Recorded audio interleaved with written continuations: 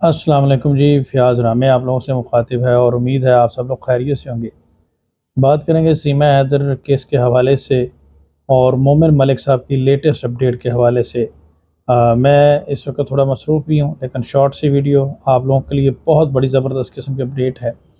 Update ये है कि मोमिन मलिक साहब ने झुर्रू फेर दिया, छक्के छुड़ा दिए हैं और मजिस्ट्रेट, पुलिस, एपी सिंह, सीमा हैदर, नेत्रपाल मीना, सचिन मीना सब की शामत आ चुकी है। मैं ऐसा क्यों कह रहा हूँ? जी हाँ, मोमिन मलिक साहब ने district and session court Gautam Nagar, जिनके पास पावर्स होती हैं फैमिली कोर्ट की भी, district and session court Gautam Nagar में केस फाइल कर दिया और केस मंजूर हो गया है। ये वही केस है जो नीचे से मजिस्ट्रेट साहब ने रिजेक्ट किया था और उन्होंने कहा था कि जी आप किसी अप्रोप्रिएट फोरम पे जाएं, और वापस कर दिया था केस। वही केस मोमिन मलिक साहब ने भारत में डिस्ट्रिक्ट एंड सेशन जज, जो कि एक ज़िले का सबसे बड़ा जज होता है और तमाम तरह के केसेस सुनता है, उनकी अदालत में, एडिशनल डिस्ट्रिक्ट एंड सेशन जज की अदालत में केस फाइल कर दिया है। इसमें चैलेंज किया गया है सीमा हैदर की शादी को, जो नेपाल में हुई थी और जो एनिवर्सरी मनाई गई, जिसके बारे में तमाम लीगल नोटिस भेजे गए थे बार बार, जो एक फ़र्ज़ी एनिवर्सरी बनाई गई। इसमें पी सिंह को पार्टी बनाया गया है, पंडित को पार्टी बनाया गया है और भी बहुत सारे लोगों को पार्टी बनाया गया है। इस हवाले से मोमिन मलिक साहब आज एक बहुत बड़ी प्रेस कॉन्फ्रेंस भी करने जा रहे हैं। डिटेल आपको उस वीडियो में मिलेंगी इंशाल्लाह। लेकिन फ़िल वक़्त अदालत ने सीमा हैदर, एपी सिंह, पंडित और तमाम लोगों को जी, तो अब फैमिली कोर्ट में डिस्ट्रिक्ट एंड सेशन जज की अदालत में आकर सीमा हैदर, एपी सिंह और नेत्रपाल मीना और सचिन मीना को इन सारी बातों का जवाब देना होगा। उन्होंने जाली शादी का ढोंग क्यों रचाया और गुलाम हैदर की बीवी होते दूसरे की शादी क्यों शादी की रस्मात उसके साथ की, और भारतीय रिलीजन का क्यों किया और बच्चों का मज़हब क्यों चेंज करवाया। बहुत सारी अपडेट इस केस के हवाले से हैं, बहुत ज़बरदस्त किस्म की अपडेट है। केस एक्सेप्ट हो गया, नोटिस हो गए, अब एपी सिंह और सीमा हैदर का बचना नामुमकिन हो गया।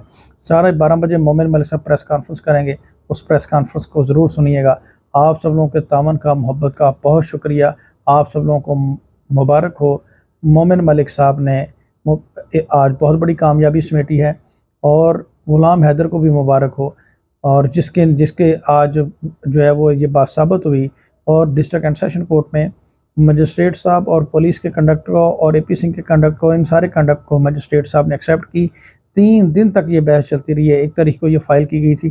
कई तरह की इसमें बहस हुई है, तकरीबन 2 हफ्तों से ज़्यादा इस केस में बहस चलती रही है। फाइनली मोमिन मलिक साहब ने अपनी बात का लोहा मनवा लिया और केस मंजूर हो गया। आप सब लोगों का बहुत शुक्रिया। अपना ख्याल रखिएगा।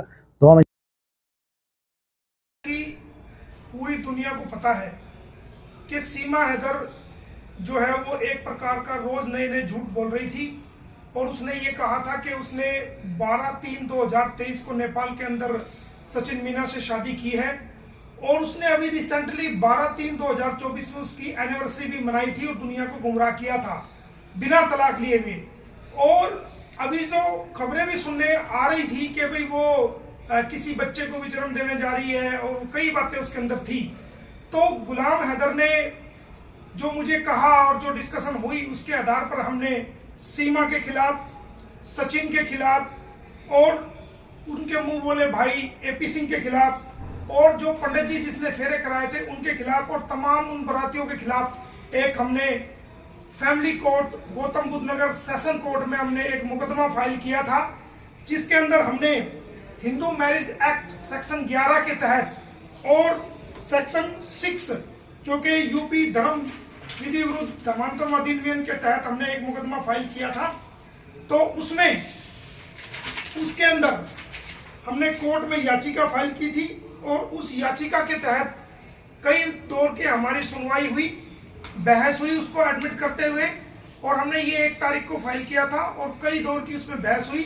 तो कल ऑनरेबल जज साहब ने, जो वहाँ पर जज साहब थे राजेश कुमार मिश्रा जी, उन्होंने हमारी दलीलें सुनने के बाद हमारे केस को जो है एडमिट कर लिया है, और इसके अंदर बहुत जल्दी ही सीमा को, सचिन को, डॉक्टर एपी सिंह को, और शादी कराने वाले, गलत फेरे कराने वाले पंडित जी को, और तमाम उन लोगों को जो इस शादी में शामिल हुए थे, बहुत जल्दी इसके अंदर जो है नोटिस जारी होगा।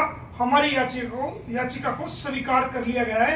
ये एक बहुत बड़ी हमारे लिए खुशखबरी की बात है और गुलाम हैदर के लिए बड़ी बात है। ये जो शादी का आपने जिक्र किया, ये नेपाल की बात कह रहे हो या इंडिया में जो विटनेस है बराती है, अपन बताइए। ये 12/3/2023 को ये खुद कहती है कि इन्होंने पशुपतिनाथ में शादी की थी, वो शादी, और उसकी जो एनिवर्सरी इन्होंने मनाई है 12/3/2024 को, और बाकायदा उसके अंदर फेरे भी दिखाए हैं और ऑनलाइन सारी दुनिया को दिखाया था। उसको हमने चैलेंज किया है और जिसको ऑनरेबल कोर्ट ने हमारी दलीलें सुनने के बाद हमारी याचिका को स्वीकार किया है। आप लगातार याचिका डाल रहे हो, लेकिन सीमा ने एनिवर्सरी फिर भी मनाई। आप कई बार कोशिश कर चुके। देखिए, अपराध करने वाला कोई भी व्यक्ति है, जब वो अपराध करता है तो उसको रोकने की पावर या तो पुलिस की है या एडमिनिस्ट्रेशन की है या शासन की है। गुलाम हैदर चूंकि अपने देश में बैठा हुआ है, सऊदी अरब से वो वापस आया है, वो अपनी कानूनी कार्रवाई को कर रहा है और हम कानूनी कार्रवाई के जरिए ही अपनी कोशिशें जारी रख रहे हैं। अगर वो अपराध कर रही है तो वो स्वयं जिम्मेदार है और जितनी बारी अपराध करेगी उतनी बारी कानूनी कार्रवाई को उसके खिलाफ अमल में हम लाएंगे। इस याचिका पे अगली सुनवाई क्या कैसे रहेगा आगे? इस याचिका पे बहुत ही जल्दी अभी हमारी कल ये एडमिट हुई है हमारी याचिका, और इस याचिका पे बहुत ही जल्दी जो ऑर्डर पास हुआ है वो ऑर्डर की हमने कॉपी अप्लाई कर दी है। वो ऑर्डर आने के बाद हम आपको बताएंगे कि इस ऑर्डर में क्या ऑर्डर पास किया गया है, लेकिन हमारी ये याचिका ऑनरेबल कोर्ट ने स्वीकार कर ली है। ठीक है। याचिका में क्या कहा था वकील साहब आपने? याचिका में हमने एक तो शादी, इसकी जो शादी है इसको चैलेंज किया है, ठीक है, और एक हमने कहा है कि जो इससे